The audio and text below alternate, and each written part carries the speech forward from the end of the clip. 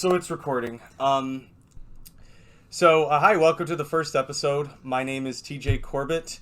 My name is Mike Saley. And this is an idea that I've had for a while, and there were a few people that I could think of that I would have join me for what this pitch of the show is, other than Mike. He's one of the first people I started my tabletop experience with, and just a lover of mythology. So the pitch.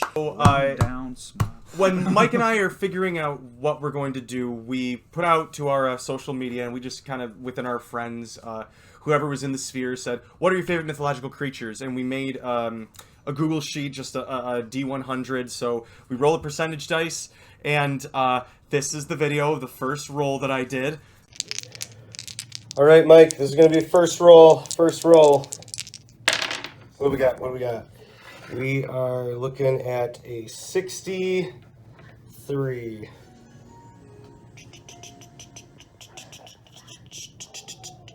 63, Archfey. Fuck! Okay.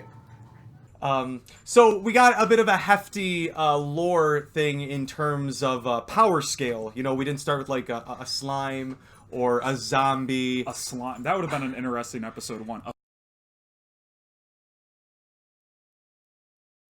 But today we're talking about Archfey, which is a bit of a hefty lore subject. And so the way that these episodes are broken up is we are going to talk about kind of what the creature is, what the history of the creature is, and then how we have either encountered or have personally used these creatures, and then possible other like story hooks or ways to help you out for, even if you're not being a dungeon master, maybe you want to write a story and you're using this as a resource. We want this to be a resource for all creative outlets.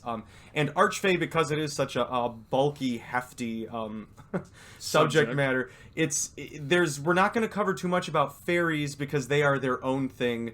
But there's going to be a little bit of that, and it's definitely going to be a two-parter. So our second episode will be something else, but we will revisit the Archfey in another point. But so I guess I know, Mike, you really kind of encapsulated it really well on what is an Archfey when we're talking about Archfey, especially from like a tabletop or like a modern fantasy setting. The basic the summation I quickly made on the Archfey is, if you are a powerful named fairy throughout history and literature, you're an Archfey. That's pretty. That's so like if you type in Archfey now, maybe you even saw this pop up because your YouTube algorithms bring up fairies or fairies or Dungeons and Dragons. I guess that would be the big pings, but you know, you pop this up and you're typing in Archfey, it's going to be a lot of lists of names that if you have read a lot of, like Mike said, literature, you're going to recognize them. Oberon, Titania, or some slight adjustment of that name will be, you know, one that you see. Even other creatures, like a good example, and she is not included on our list, because we actually classify her a little different. Baba Yaga. Oh yeah, has been love her. Characterized a lot of times as an Archfey throughout Dungeons and Dragons lore, and a lot of the things that I came across was saying, "Hey, she is an Archfey." She, to me, is her own creature in and of herself. Baba Yaga is not she's not like a witch, and she's not a witch. She is her own entity. She's like of Archfey. Yeah. But so she like doesn't go to the parties. Yeah. You know, Archfey that are on our list, I know TJ already named them, Oberon and Titania. I'd put Puck as an Archfey too, even though he serves them. He's clearly a step above. He's a step above traditional fairy. Yeah, it's almost like Oberon keeps him around to keep the power reeled in. That's how I always felt it. Like he is the wild card, you know, like wild card bitches like that. Should mention too, we've mentioned Feywild as well. Quick summation of at least Archfey in the Feywild. The Feywild is this.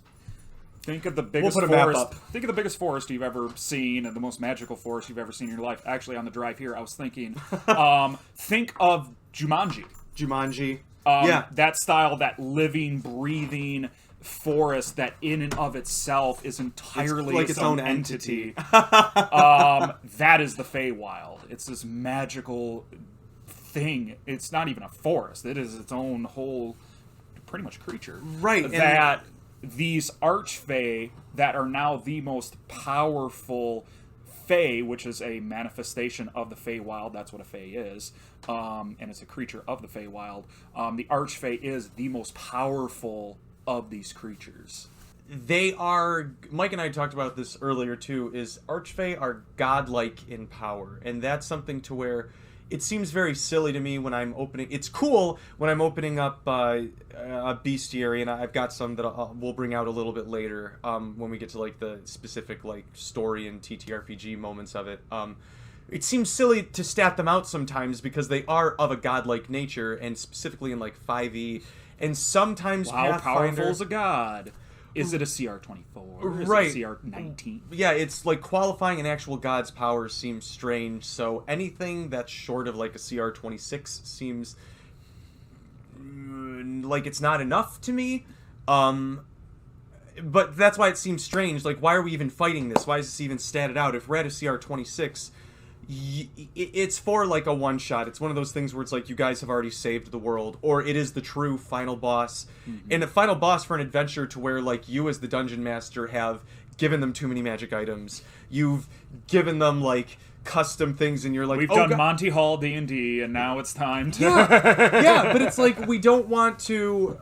It's like, I don't want to throw the Tarrasque, but it's like, what do I throw other than a Tarrasque? It's like, well, Kobold Press has some Archfey for you. I've got another third-party... it's all third-party stuff. I feel like 5e, official TSR, not TSR... 5th edition, I don't believe, actually statted out a single... They don't, because they state that they're like gods, Yeah. and part of the 5e thing, like you were saying, is you don't stat the gods, because they're supposed to be unattainable. Yeah. So I guess let's talk about some specific Fey, and the big ones. Let's just get them out of the way now because We've named them already. we named them already. You got Oberon and you got Titania or Titania, however you want to say it. I say Titania.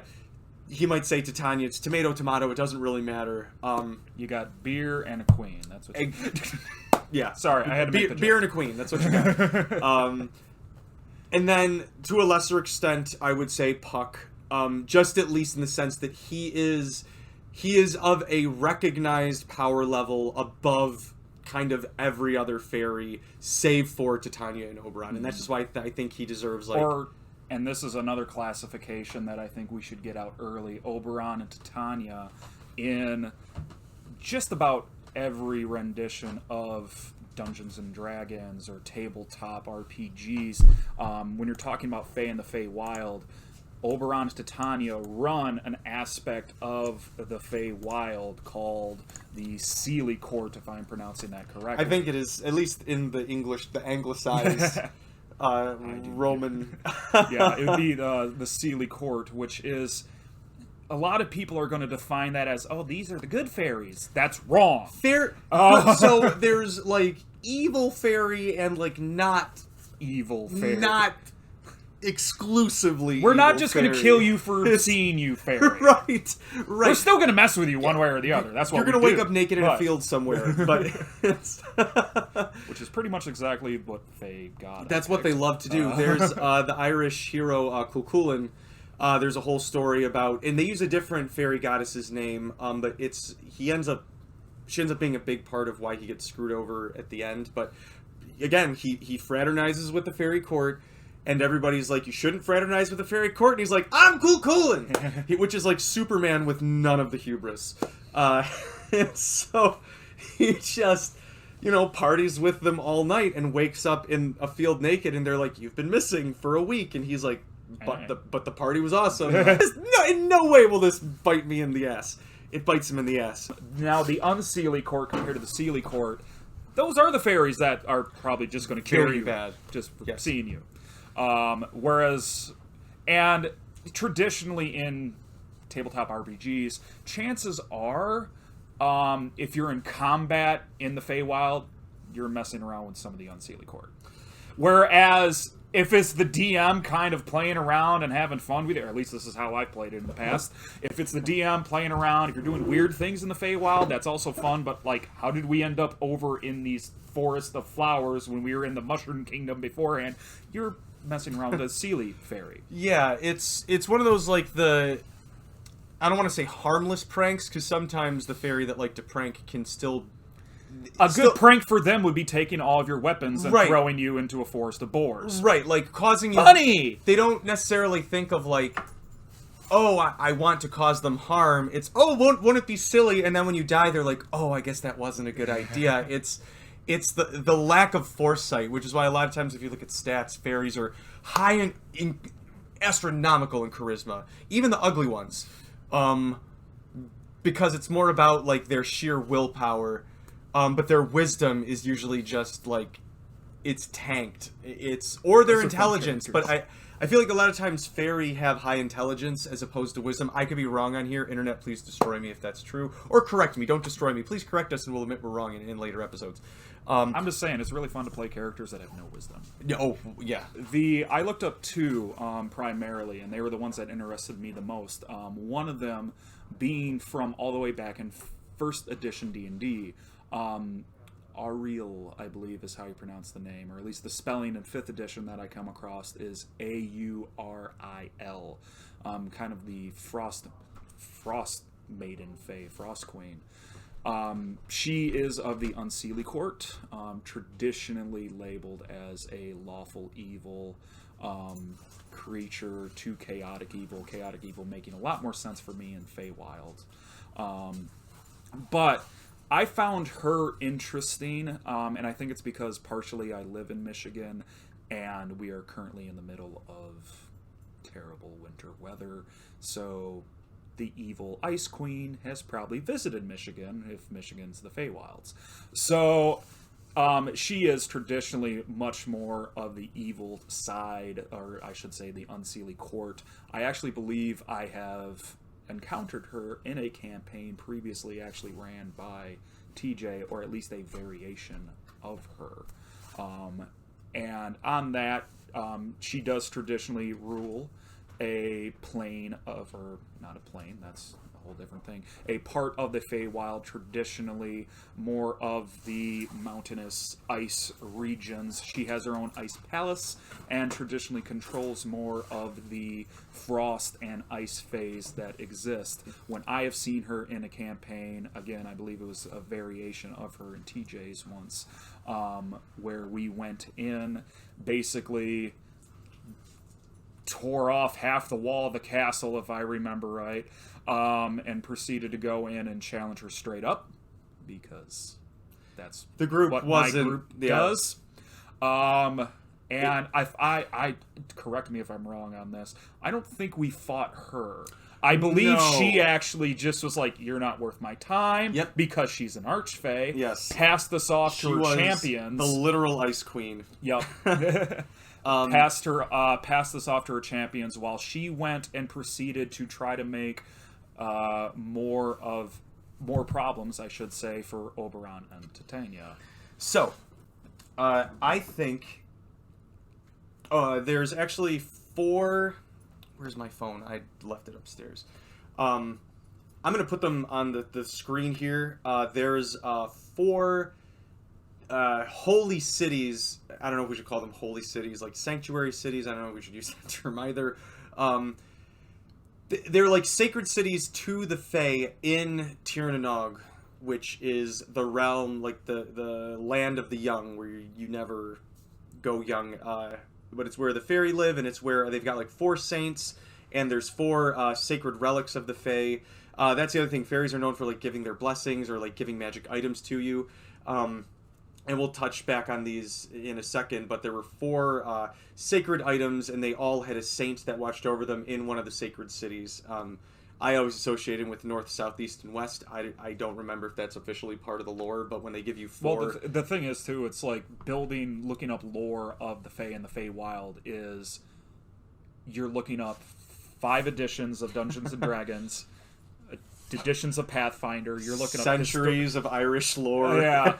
So actually going, to listening to the lore that you're describing right now, I'm going, oh yeah, I read a little bit about that, but I actually was reading more off of this here, and that's, welcome to Dungeons & Dragons. Take whatever lore you want and smash it all together. We're here to give a generalized idea. This is my cat, Catilia, which is demanding attention right now. So, she's going to join us for a moment. She is my familiar.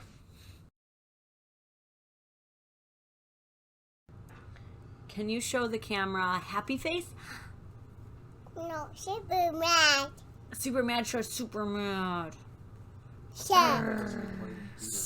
Hi. Show me sad. Happy. Happy.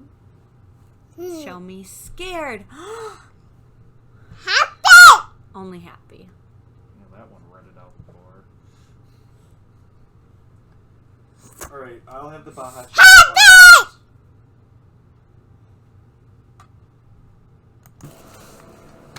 So we're back. We look a little bit different. I had my repair guy come and fix our dryer, so I took the time to cover up my rat-ass hair, and we played with the baby for a little bit. I don't have to cover much.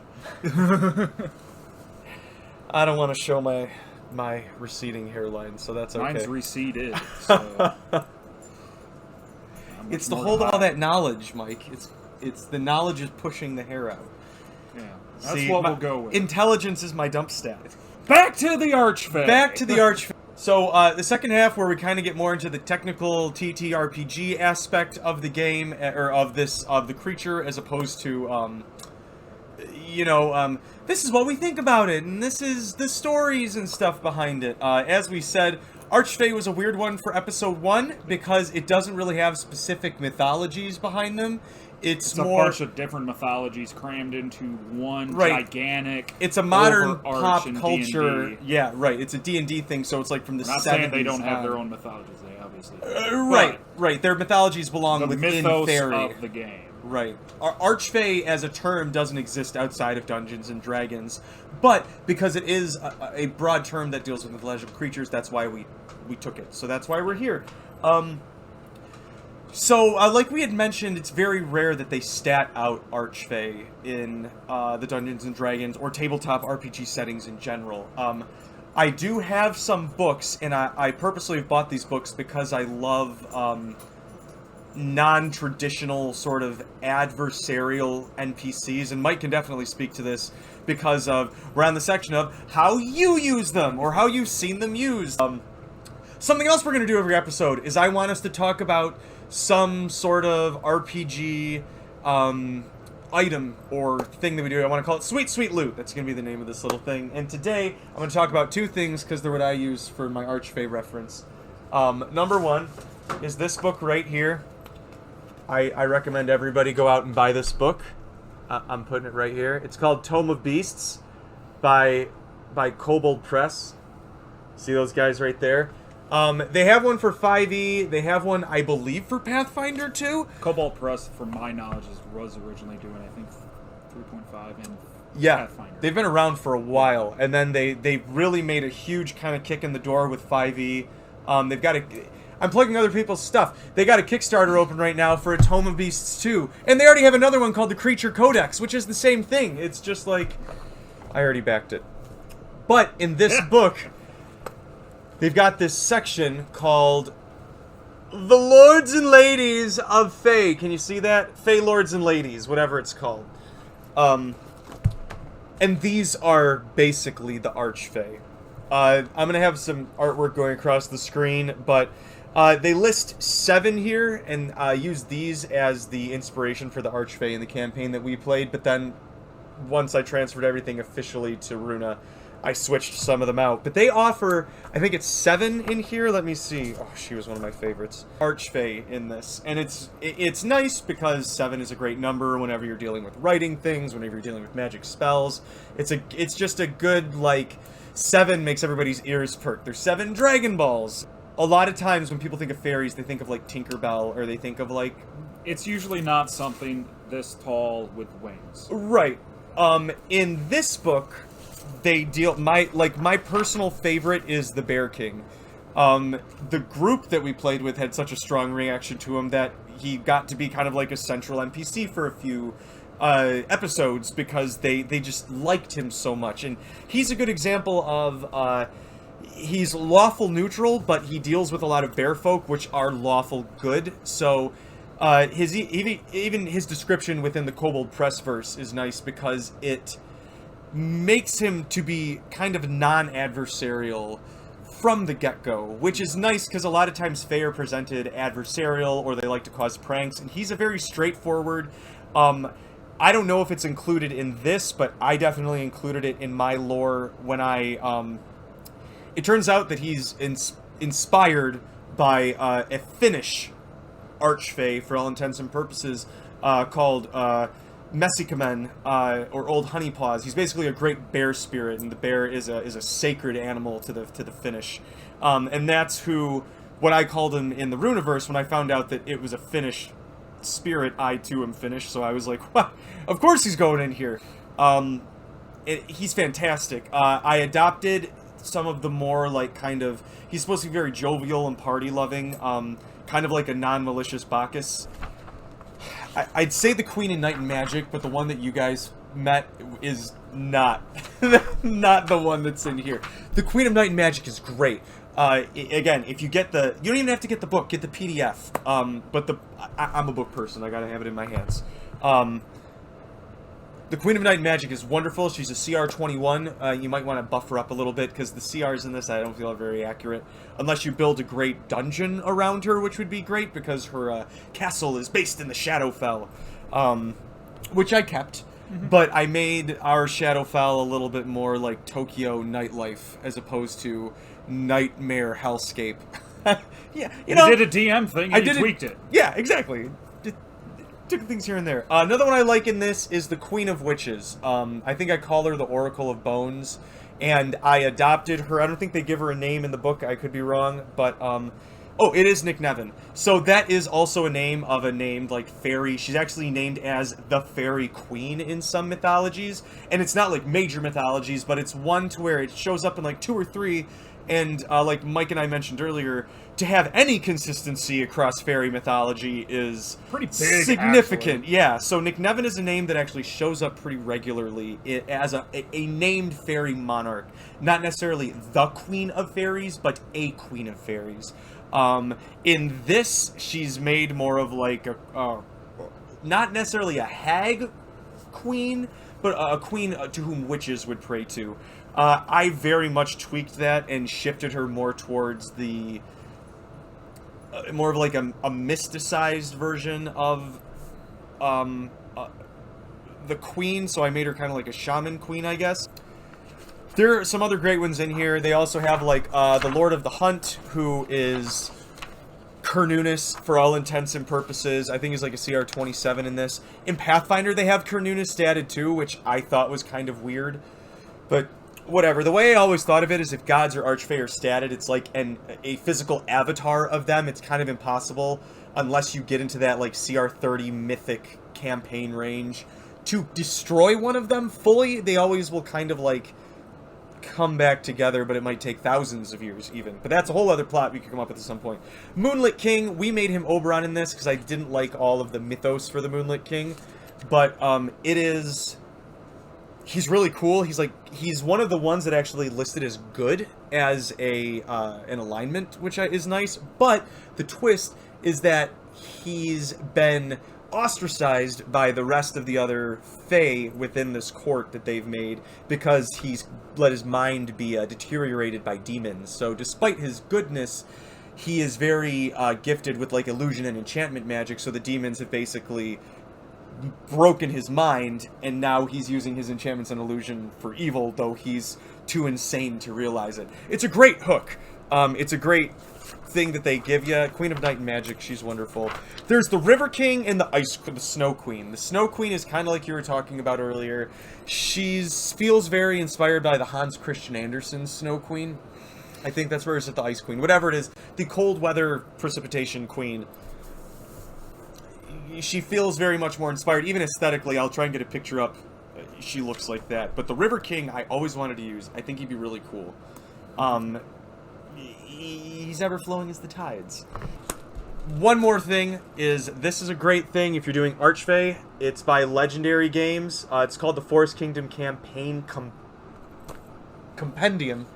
So this book, the Forest Kingdom Campaign Compendium, it's by Legendary Games. Now, I didn't know, apparently this is like a whole setting for them.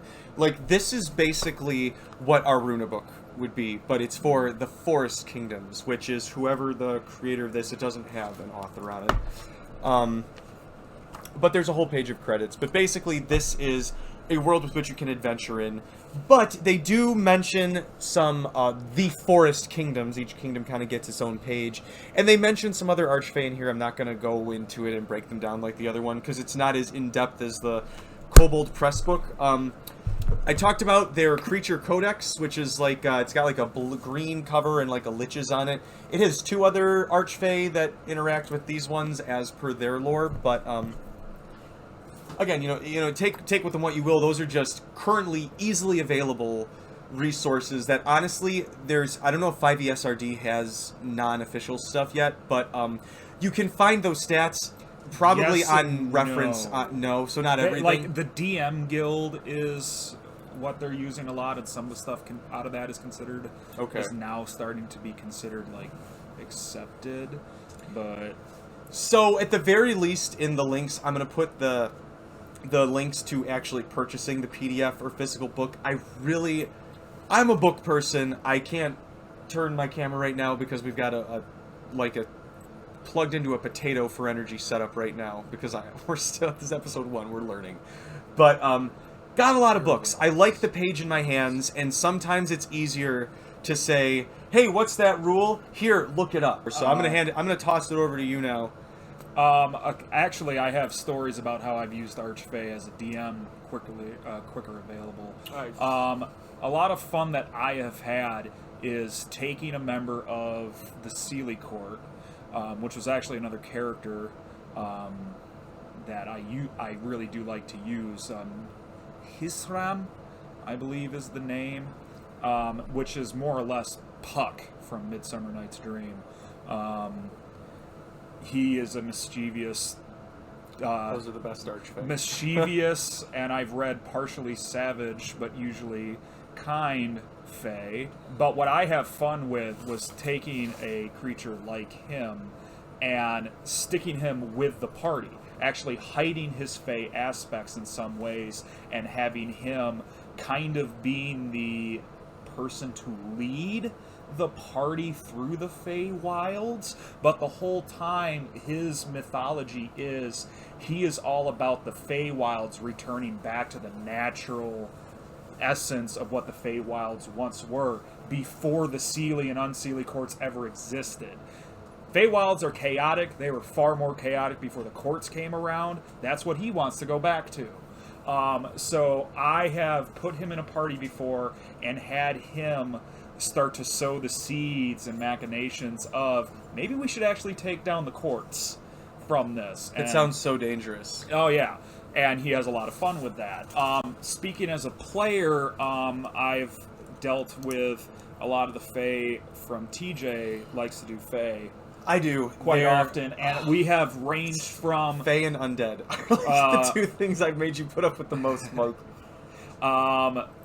We have gone from basically taking on the Ice Queen, storming her castle, tearing down a wall of hers and going, we're going to kill you, and like usually Fae happens, she goes, that's wonderful, I'm going to go over here, instead fight this champion.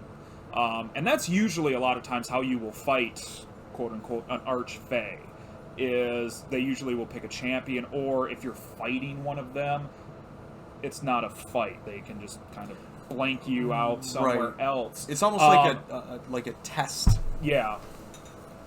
Now, my favorite interaction we've ever had with the Fae was, again, with TJ, and it was throwing him for a loop entirely. God. And that was when we met Titania and Oberon, and they tasked us with...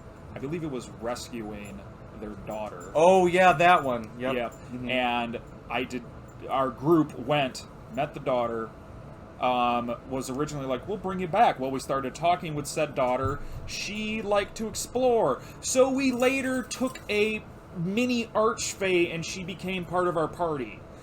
I actually don't like using Archfey as a creature. I like using Archfey as an NPC, and when you're facing them, when you're fighting them, you are facing, most of the time, their minions. So, Queen of Air and Darkness or Queen of Night, okay, you're facing a lot of either undead or something like bats, not Valkyries. That sounds fun, though, harpies, things like that. You now get to face the aspects of the Fey creatures that they traditionally control. That's really cool. That's what gets sent at you.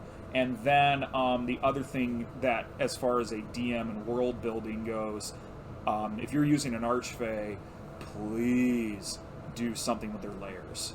Oh, man. It's so, again, I've already referenced this. Ariel, the, Ice Queen, she has, I believe it's Winter's Hall, is the technical name for her castle in the north, or whatever it is in the Feywild. Or when we came across Oberon and Titania, they're in this lush magical field filled with every pristine color of flower and every varying height of tree with butterflies ever so lovingly floating on the It's a way to let people know that yes, you're in this forest, but also everything is magnified even more than what it usually is. One thing that just struck me, because I've been reading a lot of the Dragonlance universe stuff by Weiss and Hickman, is they deal with the Cataclysm, which is basically whatever you want to call it.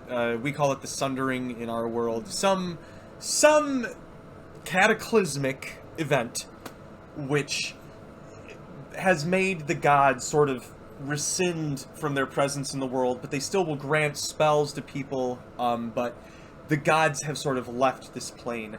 If the gods have left this world, perhaps the Archfey have now stepped into a place of more godlike presence.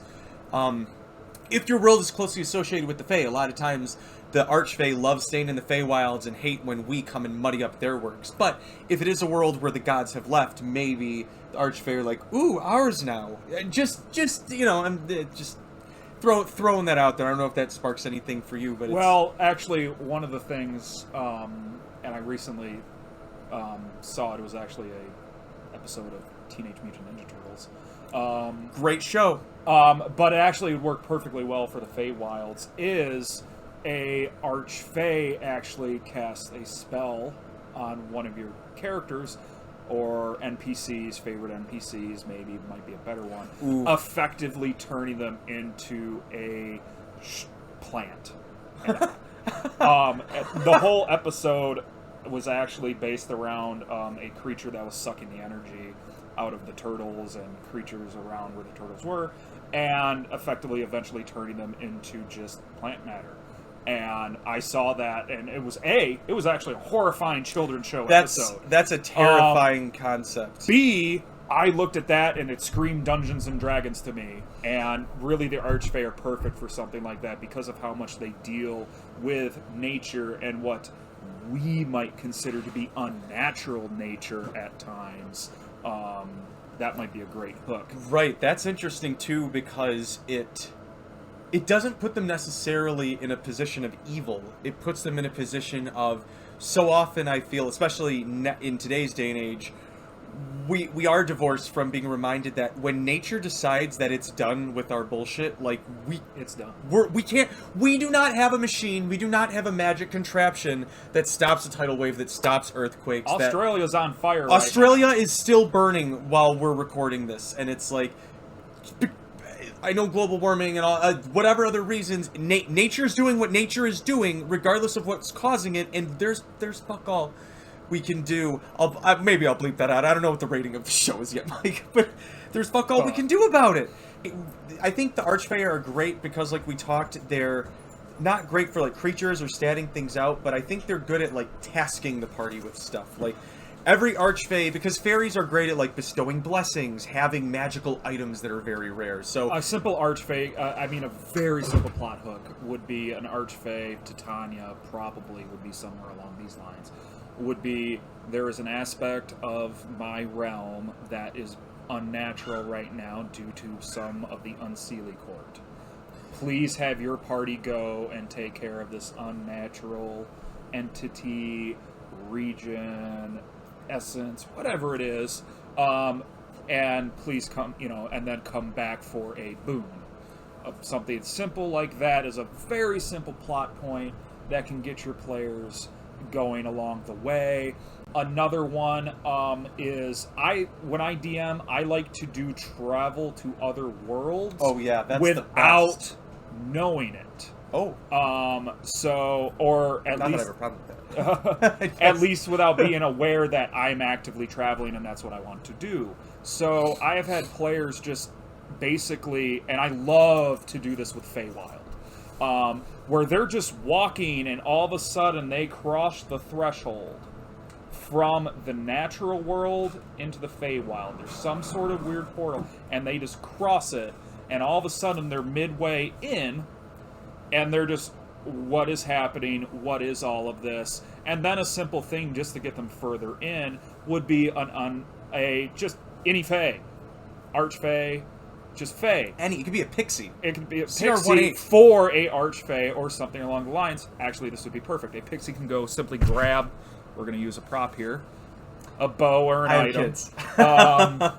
from one of the players and steal it. And then that actually would probably drive, at least as a DM you would hope, drive the party further in Well, to the Feywilds and eventually have a meeting, or now they have to go and now they're in a dungeon of the Archfey, and the Archfey is like, that's great, if you want it back, go through this. right, and For my entertainment. right, and perhaps like we had mentioned earlier, that could be their version of a test, and it's like, you did it, now I know you can handle this. And the Archfey, if they are tantamount to the gods, them bestowing a boon of like, if you do this, I'll give you a +1 to your charisma, just permanently. Yep. Within the realm of the conceptualized power of them in the mechanics of the game, that's reasonable. That they can just be like, I can do that if I want. Yeah, as many times a day, because I'm a more just what is it, the bot from Futurama, not Bacchus bot, the Roman guy, Hedonism bot. Yes, indeed, Yeah. zombie. Zombie indeed. Yeah. He would be that's an Archfey. Like, that is 100% that sort of like overly indulgent, like, yes, I shall do this for you if you do this for me. That's Oberon. That's so Oberon. All right, one more each. What is something, if you were a DM, what is let's say you have a warlock who has the Archfey bond. What is a hook that you can present to somebody with that's a member of the party that you would at least hope would, let's just say that's your pitch, what comes to your mind with that? How do you mean? So, like the warlock what has like they certain are, pacts. what they are like, going for. let's say the warlock chooses the Archfey pact, and Oh. they are very much like, I don't. Why the Archfey is giving them Like, the why the power. That's Archfey, you're or what hook having to do with the warlock Archfey pact? Usually at that point, I'm guessing your Archfey deity is, at least in how it's quickly coming to my head, the Archfey deity is asking you to take down or helping take down a member of the opposite court. Okay, that'd be cool. That'd be very And cool. it's not necessarily in the physical sense of kill this person. I think it's much more interesting to have them lose position within their court itself. And how you, as a warlock, are going to do that. That's so cool, dude. Originally, when I came up with the Fairy Court in ours, I was like, how could we do some inner court stuff? And I'm like, dude, it will not work with this group. I'm like, there's nobody who's going to focus on the political aspect of the court. But that's such a good idea, because that's the whole campaign hook. From, like, start to finish is unseating somebody or upping somebody in the social hierarchy power within the fairy court of whatever And there could be multiple fairy courts in your campaign, but within their court, that could be something that takes you from level 1 to 20. Because it's like you have to start small, and they're like, you won't be noticed if you start small, and then you work your way up, but it's like, that's a great one. That's a great suggestion. Shit, I don't even know what I'm... Okay, so this is a great time because you just said, okay, one more. Yeah. Back to it. Okay. TJ's excited. One more. I blew his mind. I always wanted to explore the River King as an Archfey, because he's the one... I can't remember, I changed his name of something, it was like Prince of Tides or whatever.